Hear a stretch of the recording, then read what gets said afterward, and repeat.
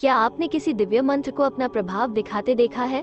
विश्वासम फलदायकम, ये बहुत ही प्रसिद्ध सूक्ति है, अर्थात विश्वास फलदायक होता है। वास्तव में किसी भी मंत्र में दिव्य शक्ति नहीं होती है। शक्ति वास्तव में आपके आत्मा में ही होती है, जिसे जागृत करना होता है। मंत्र तो एक सहारा होता है अपने आत्मबल को जागृत करने के लिए। जब तक आपके अंदर स्वयं का आत्मबल नहीं होगा, मंत्र कुछ भी काम नहीं करेगा।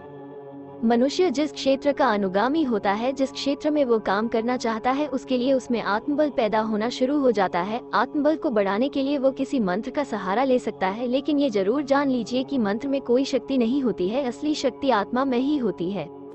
ये भी जान ले कि आत्मा बुद्धि से काम करती है, बुद्धि मन से काम करती है और मन ज्ञानेंद्रियों और कर्मेंद्रियों के माध्यम से काम करता है। आपको मैं कुछ वैदिक मंत्र बता सकता, लेकिन वास्तव में मैं वैदिक मंत्र इसमें टाइप कर ही नहीं पाता।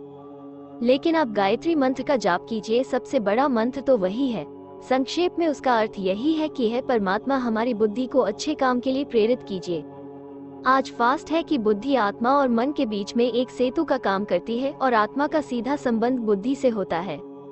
यदि आपकी बुद्धि सुधर गई तो सब कुछ सुधर गया। तो आप जाप करें, सुबह नहा धो करके एक माला जाप कर लें, बहुत अच्छा है। याद करते समय थोड़ा धूप दीप वगैरह जला ले तो अच्छा है। प्रत्येक मंत्र अपना प्रभाव दिखाता है, बस जरूरत है तो उसे सच्चे मन से और विश्वास के साथ करने की। जब हम मंत्र बोलते हैं तो हमारे पास एक नया आवरण बनता है और वो आवरण निरंतर नित्य उन मंत्रों का जाप करने से मजबूत हो जाता है। उसके बाद मंत्र अपना प्रभाव पूर्ण रूप से दिखाना शुरू कर देते हैं। बस जरूरत है तो थोड़ी संयमता, धैर्य की, विश्वास की। सुबह मंत्र बोला और शाम को काम की आस रखना व्यर्थ है। या फिर 10 दिन हो गए, 2 महीने हो गए, कुछ नहीं हुआ। जितना दिल आपका साफ होगा उतना जल्दी मंत्र असर करेंगे। आपके मन में तो क्या है और मंत्र सिर्फ कर ही इसीलिए रहे हैं कि मेरा ये काम हो जाए तो सब व्यर्थ है। एक साधक ने बताया कि मुझे हेपेटाइटिस सी नाम का लाइलाज रोग था। कई डॉक्टर्स से मिली, सबने कहा कोई इलाज नहीं है, चाहे आप कितना भी पैसा खर्च कर लीजिए। मैं बहुत ध्यान रखती थी कि शरीर में कहीं कट ना लग जाए, कोई और घर का सदस्य इससे संक्रमित ना हो जाए, क्योंकि ये रोग खून के द्वारा फैलता है।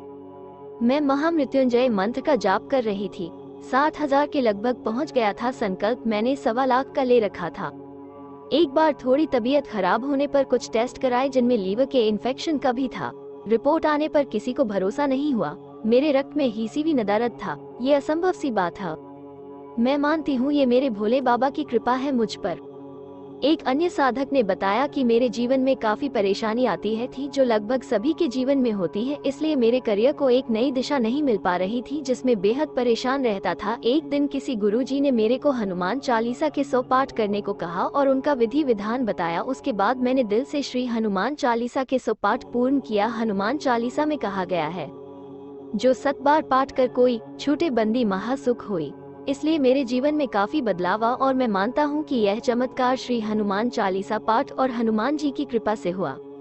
एक महिला साधक ने बताया कि मुझे कुछ महीने से बहुत ज्यादा एंजाइटी हो रही थी।